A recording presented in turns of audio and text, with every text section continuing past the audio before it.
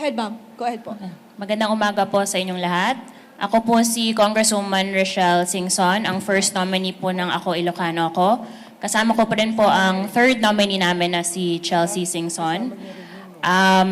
Napagpala po kami na itong 19th Congress, meron po kaming isang seat. So ako po yung nagtatayo doon as the Congresswoman for Ako Ilocano Ako. And patuloy po kami na nagsusuporta sa mga priority legislation po ng ating administration. Bukod po doon, syempre ang Ako Ilocano Ako, this party list was born so that we can continue to support our fellow Ilocanos and the Ilocano region. And not only limited to the Ilocano region, but para po sa buong Pilipinas. So kami po as Ilocanos, serbisyo po namin para sa buong Pilipinas. Ang aming mga fino-focus po sa aming party list, we focus on three major advocacies. Unang-una po ang ating mga farmers and ang agriculture and ang farmer welfare. Importante po sa amin na sinusuportahan namin sila dahil karamihan po nasa Ilocos region ay mga farmers. So we support programs that produce better crop productivity, ang mga modern technologies po na para sa ating mga farmers, and tuloy-tuloy po ang mga subsidiya po natin sa mga farmers natin. Pangalawa naman po ay ang healthcare. Napaka-importante po sa amin that every Filipino receives the basic healthcare that they have the right to. So kami po, pupunta po kami sa mga rural areas para po ma-deliver namin ang basic healthcare.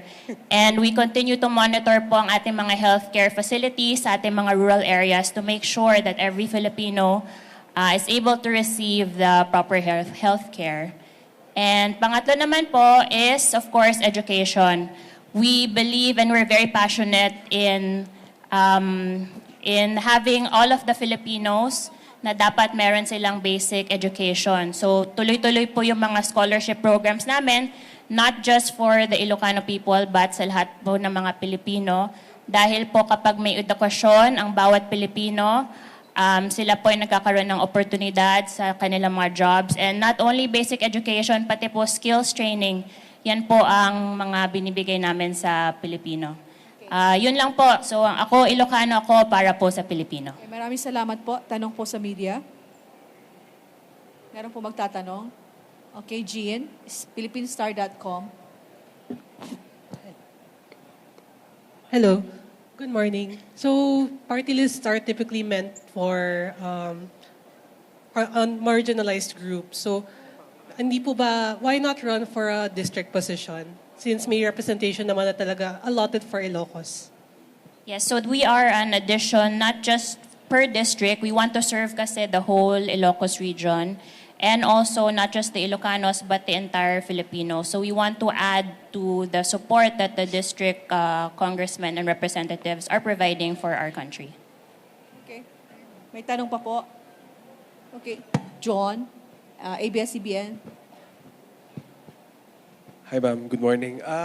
Yung Ilocos po ay kilala sa tobacco farming. Meron po bang epekto sa farmers nyo yung pag-usbong ng vape? And paano nyo po ina-address yun ngayon? This is something that we are studying, but for now, the tobacco industry is still flourishing. Okay. Anyone? Meron pa po? Okay, wala na pong tanong, ma'am. Maraming salamat Yeah, po. photo off po sa gitna. Pakihawak na lang po ng doc.